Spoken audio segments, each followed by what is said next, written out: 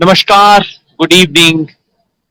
ये रिपोर्ट, छोटी सी रिपोर्ट मैं आपके पास हरियाणा दिल्ली बॉर्डर, कुंडली बॉर्डर से ला रहा हूं, जहां पे किसान और पुलिस आमने सामने है। उससे थोड़ा सा दूर आ गए हैं हम, क्योंकि वहां इस वक्त लाइट ठीक नहीं थी और इंटरनेट कनेक्टिविटी बहुत खराब थी, तो 1 किलोमीटर अंदर आ गए हैं ताकि आपसे बात कर सकें।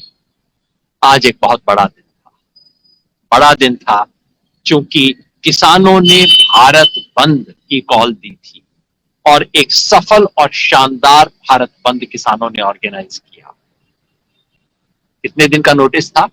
सिर्फ 4 दिन का।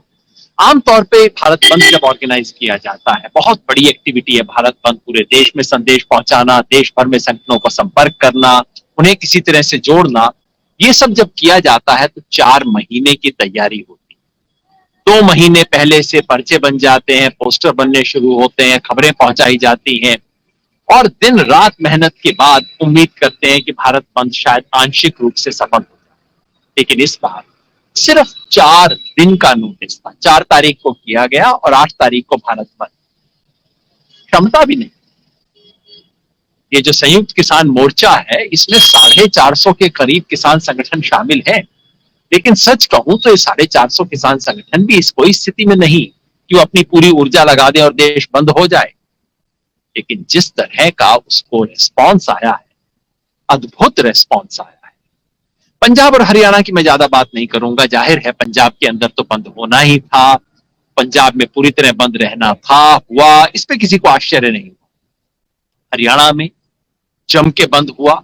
कल रात को ही खबर आई, हालांकि हमारे कार्यक्रम का हिस्सा नहीं था और हमने कहा था किसी किस्म की तोड़फोड़ नहीं होनी चाहिए, लेकिन कल जब मुख्यमंत्री जी ने असंध के पास एक कार्यक्रम की घोषणा की कि आज वो आ रहे हैं, तो कल किसानों ने वहां उनका हेलीपैड ही उखाड़ दिया कि मुख्यमंत्री भारत बंद के दिन एक कार्यक्रम कैसे कर रहे हैं।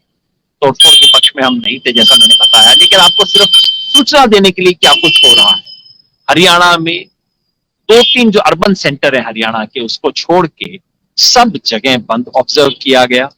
लेकिन आज पंजाब हरियाणा की बात नहीं, आज उसके बाहर क्या कुछ हो रहा था, हमें उसके बारे में जानने की जरूरत है। कर्नाटका, मेरी जानकारी है कि कम से कम 100 ताल्लुक ब्लॉक तहसील, वहां पे बंद पूरी तरह से ऑब्जर्व किया गया। कर्नाटका के जितने भी किसान संगठन हैं, कर्नाटका राज्य रैयत संघ के अलग अलग संगठन, सब ने मिलके सक्सेसफुल बंद को ऑब्जर्व किया। 100 तालुका में पूरी तरह बंद, बाकी सब जगह आंशिक रूप। तमिलनाडु से जो रिपोर्ट मेरे को अभी तक आई है, आंशिक रूप से चेन्नई में कुछ हुआ। लेकिन महत्वपूर्ण बात यह है कि कावेरी डेल्टा, जहां किसानों के बहुत बड़े बड़े संगठन है पानी के सवाल पे, कावेरी डेल्टा के ज्यादातर जिलों में पूरी तरह से बंद ऑब्जर्व किया गया। खबर तेलंगाना से है, त्रिपुरा से है, पश्चिम बंगाल से है कि इन सब जगह लगभग पूरा बंद ऑब्जर्व किया गया। खबर उत्तराखंड से है, वहां पे बंद की गई खबर आ रही है।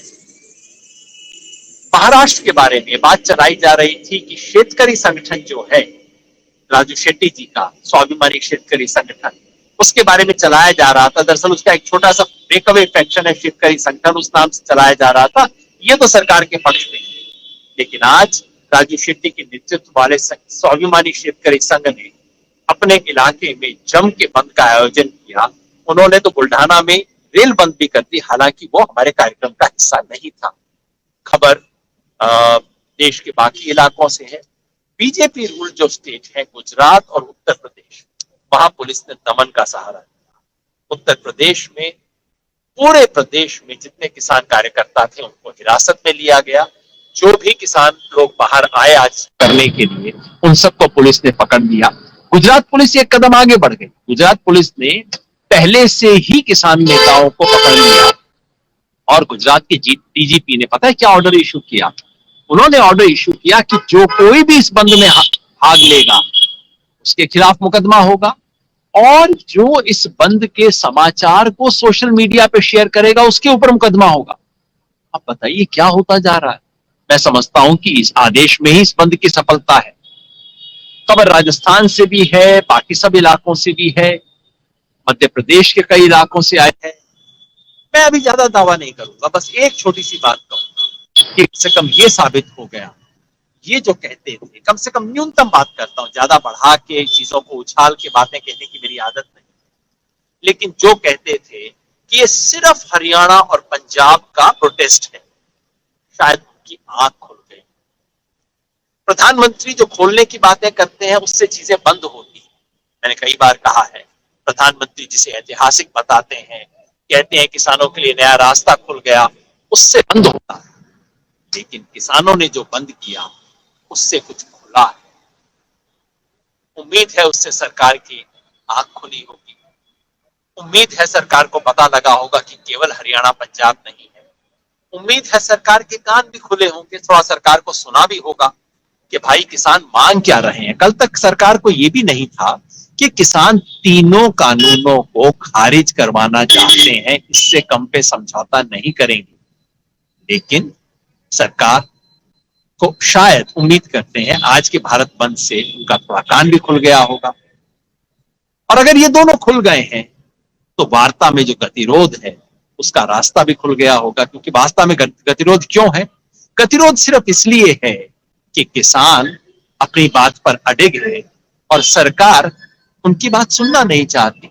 सरकार घुमा फिरा के बहाने बना रही है, लटकाने के, थकाने के, धमकाने के तरीके अपना रही है, जो अब चलने बंद हो गए। तो उम्मीद है कि सरकार को वो सुन गया होगा, और अगर ये बात सही है तो उम्मीद करनी चाहिए कि कल जो बातचीत का राउंड होगा उसमें सरकार के सुर कुछ बदले हुए होंगे।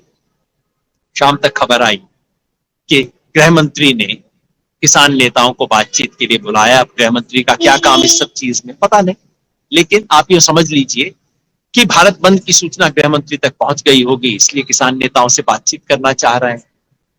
जो भी है, अब एक वार्ता की जरूरत है, और वार्ता इस देश के प्रधानमंत्री को स्वयं अपने साथ वार्ता करने की जरूरत है। क्या वार्ता?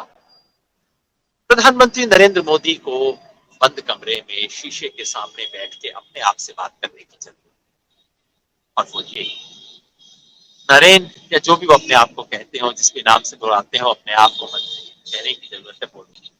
तुम्हारा अहंकार बड़ा है, तुम्हारी नाक बड़ी है, या कि ये लाखों किसान जो कि दिल्ली के बॉर्डर पे बैठे हैं, तुम्हारा अहम बड़ा है, या करोड़ों किसानों का दुख सुख बड़ा? जब मोदी जी अपने आप से वार्ता कर लेंगे, और अगर इनकी ये वार्ता सफल हो जाती है, क्योंकि जो बड़ा नेता लोग जनता के सामने झुकता है वो नेता छोटा नहीं होता, वो नेता बड़ा होता है। तो अगर मोदी जी की अपने आप से वार्ता सफल हो जाती है तो बस बाकी सब चीजें अपने आप सफल हो जाएंगी। वार्ता ही नहीं, आंदोलन सफल हो जाएगा, बाकी चीजें तो चुटकियों के अंदर हो जाएंगी, वो कोई बड़ा काम नहीं। आज जो बड़ी बात हुई है वो ये कि इस देश ने दिखा दिया कि ये हरियाणा पंजाब का किसान आंदोलन नहीं, ये पूरे देश का आंदोलन, और किसान नहीं, जन आंदोलन।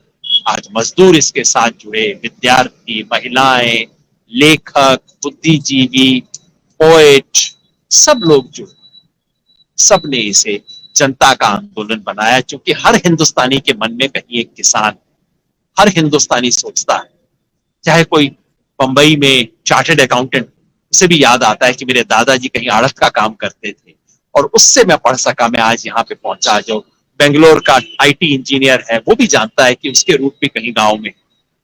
हर हिंदुस्तानी के मन में जो किसान था वो आज बाहर आया, और जब तक वो किसान जिंदा है तब तक ये लड़ाई जीतेंगे। सब लोगों का हौसला बढ़ा हुआ है, समय बीतने के साथ साथ आंदोलन मजबूत हो रहा है। महाराष्ट्र से मोटरसाइकिल के ऊपर किसान आ रहे हैं, गुजरात से गाड़ियां करके राजस्थान के थ्रू किसान आ रहे हैं, और राजस्थान में अब शादियों का मौसम खत्म हो गया है, पंचायत इलेक्शन भी खत्म हो गए हैं। राजस्थान के किसान नेताओं ने घोषणा की है कि 12 तारीख को वो भी दिल्ली पहुंच रहे हैं। समय के साथ साथ थकेंगे नहीं, आंदोलन मजबूत होता जा रहा है। किसान जानते हैं कि एक ऐतिहासिक जंग है जिसमें हारने या पीछे मुड़ने का रास्ता बंद है। अब आगे बढ़ेंगे और जीतेंगे। बहुत बहुत शुक्रिया। नेशनल दस्तक की आपसे गुजारिश है कि अगर इसको बचाना चाहते हैं तो नेशनल दस्तक को सब्सक्राइब करने के लिए रेड कलर के सब्सक्राइब बटन को दबाएं, फिर बेल आइकन की घंटी दबाएं। नेशनल दस्तक को बचाने के लिए बहुत जरूरी है कि हर खबर को शेयर करें, लाइक करें, कमेंट जरूर करें।